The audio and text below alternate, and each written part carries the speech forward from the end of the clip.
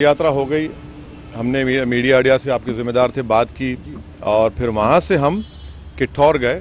किठौर से हम मेरे ख्याल से हमने 3 बजे से 3:45-3:50 तक हमने वहाँ पर पैदल दौरा किया।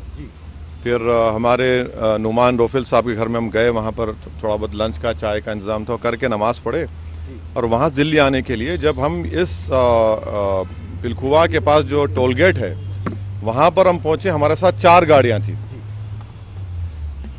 हमारी गाड़ी के सामने हाजी साहब की टाटा सफारी थी जो पीछे आपके, और हमारी गाड़ी के पीछे और 2 फॉर्च्यूनर थे।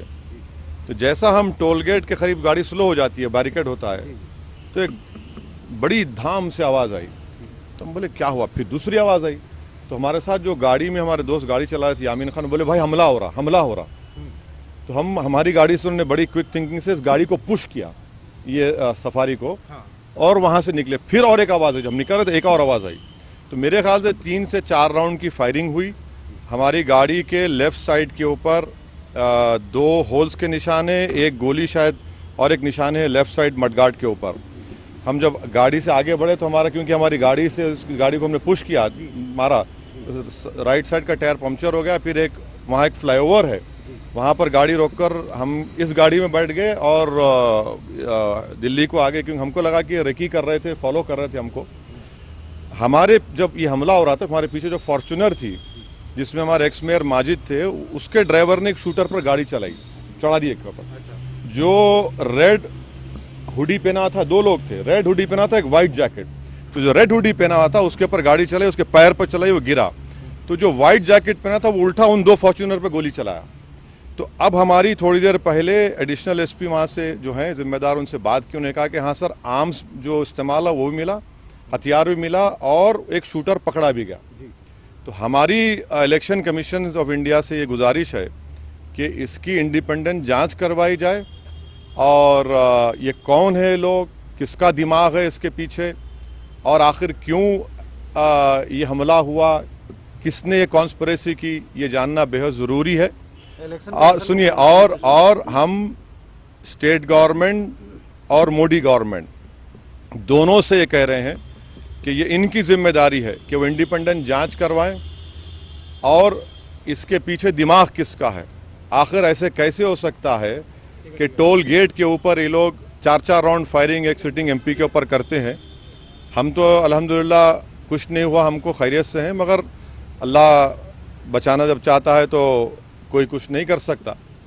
मगर आज ये हुआ है। अभी देखिए, हम तो क्या उम्मीद करते हैं कि आपको क्या लगता है कौन हो सकते हैं आखिर? नहीं, मुझे देखिए हमको कई बार लोग धमकी देते हैं, कई बार बहुत सी बातें करते हैं।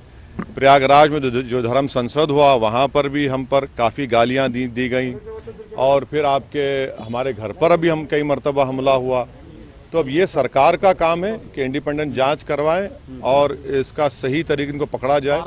पार्लियामेंट अभी चल रहा है, पार्लियामेंट में भी ये क्वेश्चन उठाना चाहेंगे आप, बात करना चाहेंगे? ज़रूर, पार्लियामेंट है, स्पीकर साहब से मिलेंगे, स्पीकर साहब से बात करेंगे। हम इलेक्शन कमीशन को भी लेटर लिख रहे हैं, और सरकार जो स्टेट गवर्नमेंट और सेंट्रल गवर्नमेंट से भी करेंगे। मगर अल्हम्दुलिल्लाह अल्लाह करम है, खैरियत से। ये ना सिर्फ कंडेमनेबल है, बल्कि तो सबको सोचना पड़ेगा कि आखिर ये कौन लोग हैं जो इतनी हिम्मत करके गोली भी चला रहे हैं और ये सब हरकतें कर रहे हैं। सर, इलेक्शन से ठीक पहले ये सब क्या दर्शाता है? हाँ, इलेक्शन से ठीक अब नहीं मालूम मुझे। अगर ये लोग, ये मारने वाले अगर ये समझ रहे हैं कि हम पीछे हट जाएंगे, हम डर जाएंगे, हम शुरू दिन से कह रहे हैं कि जब तक हमको अल्लाह ज़िंदा रखेगा हम जिंदा रहेंगे। जिस दिन हमारा वक्त आएगा हम चले जाएंगे। मगर इस तरह के बुज़दिली की हरकतों से, इस तरह से गोली चलाने से हमारे ना हौसले और हिम्मत में कमी आएगी, बल्कि इंशाल्लाह और हौसले हिम्मत बढ़ेगी। और हमारा मानना है कि जब अल्लाह बचाना चाहता है, मगर ये कौन ताकतें हैं और कैसे उत्तर प्रदेश में ये इस तरह की हरकत हो रही है, ये तो जनता को भी देखना है।